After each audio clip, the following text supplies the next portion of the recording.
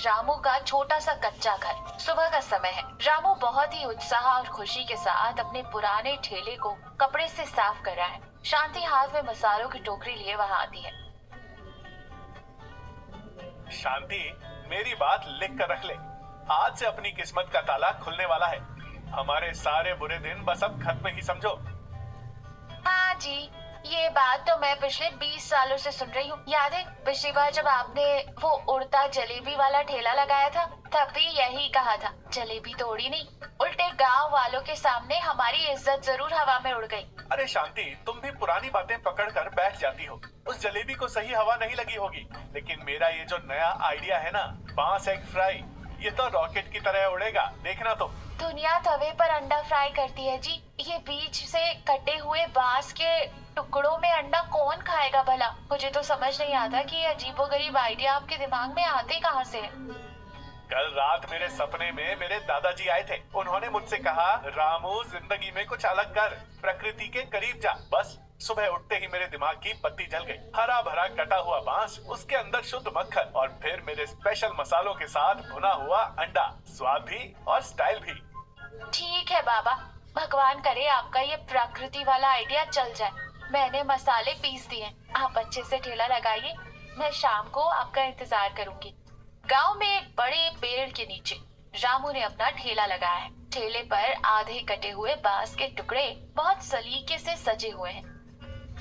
Postman Mohan वहाँ आता है। अरे रामू काका, सुबह सुबह ये क्या नाटक शुरू कर दिया? ये ठेले पर इतने सारे बांस क्यों सजा रखे हैं? क्या कोई नया घर बना रहे हो? अरे घर नहीं रे मोहन, अपनी किस्मत का महल बना रहा हूँ। ये दुनिया का सबसे पहला बांस एग फ्राई है। क्या बांस एग फ्राई? सुबह सुबह कोई सस्ता नशा करके आए हो क्या काका? ये बांस वांस हटाओ और मुझे एक प्लेट में सादा ऑमलेट बना कर दे दो। अरे मोहन, अपने काका पर थोड़ा भरोसा रख और एक बार ट्राई करके देख। अगर स्वाद पसंद ना आए ना, तो एक भी पैसा मत देना, मेरी तरफ से फ्री। रामू जल्दी से एक बांस का टुकड़ा लेता है, उसे छोटी सी सिगड़ी पर रखता है। भुनने की बहुत अच्छी खुशबू आती है। रामू एक चम्मच के साथ बांस मोहन को देता है। मोहन शक करते हुए पहला चम्मच खाता है। अरे काका, ये कैसा स्वाद है? इसमें से एक अजीब सी सौंधी सौंधी महक आ रही है। ये क्या इस बांस की महक है? हाँ, यही तो है वो प्रकृति का स्वाद। बांस की खुशबू और मेरे मसालों का जादू। कमाल है काका, सच में बहुत टेस्टी है। कल से मेरा सुबह का नाश्ता यही फिक्स समझो। 3 दिन बाद अब रामू के ठेले के आसपास 4-5 लोग खड़े होकर मजे से खा रहे हैं। शांति वहाँ आकर पैसों का हिसाब रख रही है। तभी सेठ लाला वहाँ से गुजरते हैं। क्यों रे रामू, सुना है तू आजकल गांव वालों को अंडे की जगह बांस खिला रहा है? अरे नमस्ते लाला जी, बांस नहीं, बांस के अंदर अंडा खिला रहा हूँ। आप भी एक बार खाकर देखिए, इतना मजा आएगा कि गांव वालों के उधारी के खाते आपको मुंह जबानी याद हो जाएंगे। मेरे उधारी के खाते तो मुझे वैसे भी पक्के याद रहते हैं। खैर, जब सब इतनी तारीफ कर ही रहे हैं तो एक प्लेट मुझे भी दे दे। लेकिन सुन, इस बांस का कोई एक्स्ट्रा पैसा नहीं दूंगा मैं, पहले ही बता रहा हूँ। रामू उन्हें फ्राई बना कर देता है। लाला एक बाइट खाते हैं, वो स्वाद से हैरान रह जाते हैं। स्वाद तो ठीक ठाक ही है रामू, लेकिन एक बात बता, ये बांस के टुकड़े तो ला कहाँ से रहा है? क्या रोज जंगल जाकर लकड़ियाँ काट रहा है? अरे लाला जी, वो इनका अपना बिजनेस सीक्रेट है, ये किसी को नहीं बताते। आप बस आराम से खाइए ना। लाला शांति की बात से थोड़ा शक में आ जाते हैं। वो चुपचाप पैसे देते हैं और बांस के टुकड़ों को घूटते हुए वहाँ से चले जाते हैं। 5वें दिन की रात, रामू का घर। शांति बहुत खुश है और थोड़े से पैसे गिन रही है, लेकिन रामू बहुत टेंशन में फर्श पर बैठा है। रामू जी, अपना ये बांस वाला आइडिया तो सच में कमाल कर गया। आज तो कल से भी ज्यादा कमाई हुई है। अब हम धीरे धीरे अपने सारे कर्जे चुका देंगे। कमाई तो अच्छी हो रही है शांति, लेकिन मेरी जान हलक में अटकी हुई है। मेरे पास बांस के टुकड़े खत्म हो गए हैं। कल के लिए एक भी टुकड़ा नहीं बचा। तो इसमें इतनी चिंता की क्या बात है? कल सुबह जल्दी उठकर पास वाले जंगल से थोड़ी और बांस काट लाना। जंगल से? अरे शांति, मैंने वो बांस जंगल से नहीं काटे थे। गांव के बाहर लाला जी अपना नया गोदाम बनवा रहे हैं ना, वहाँ पीछे कूड़े में कुछ पुराने बांस के टुकड़े पड़े थे, मैंने वही उठा लिए थे। मुझे लगा वो कचरा है। क्या कहा आपने? लाला जी के बांस चुराए? हे भगवान, अब अगर लाला जी को ये बात पता चल गई तो वो बीच गांव में हमारा तमाशा बना देंगे। वो बहुत गुस्से वाले इंसान है।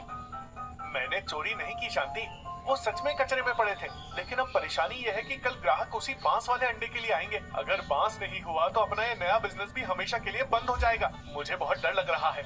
अगले दिन की सुबह रामू का ठेला, वहाँ 3-4 ग्राहक खड़े हैं। रामू बहुत डरा हुआ है और पसीना पोंछ रहा है। आज वो बांस की जगह पत्तों में अंडा फ्राई करके दे रहा है।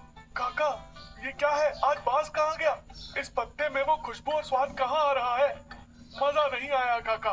तभी पीछे से सेठ लाला बहुत गुस्से में आते हैं। उनके हाथ में मिट्टी लगा हुआ एक पुराना बांस का टुकड़ा है। रामू, ये क्या है रामू? ये टुकड़ा मुझे मेरे गोदाम के पीछे झाड़ियों में मिला। तू मेरे पुराने बांस चुराकर गांव वालों को उसमें अंडे खिला रहा है।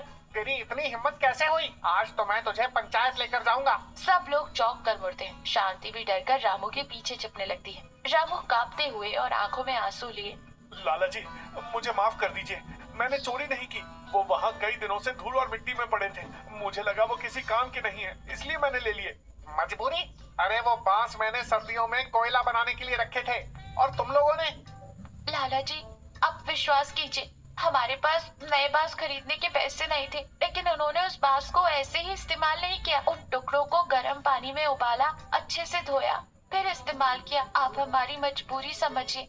लाला जी, 1 मिनट मेरी बात सुनिए। रामू काका ने जो भी किया अपनी गरीबी के कारण किया, लेकिन आप ये देखिए कि इनकी इस डिश में जादू है। हम सबने खाया है और हम सब बिल्कुल स्वस्थ हैं। उल्टे आज बांस नहीं है तो हमें वो स्वाद ही नहीं आ रहा। काका का काम मत रोकिए। उनका गुस्सा थोड़ा शांत होता है।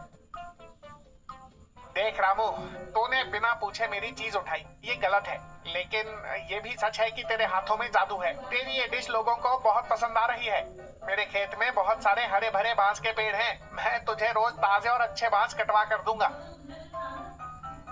सच में लाला जी, आप पुलिस को नहीं बुलाएंगे?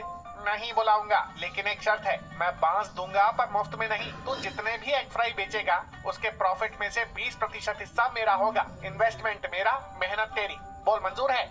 20% बहुत ज्यादा है लाला जी, हम सिर्फ 15% देंगे। लेकिन बांस एकदम ताजा होना चाहिए, सीधा खेत से।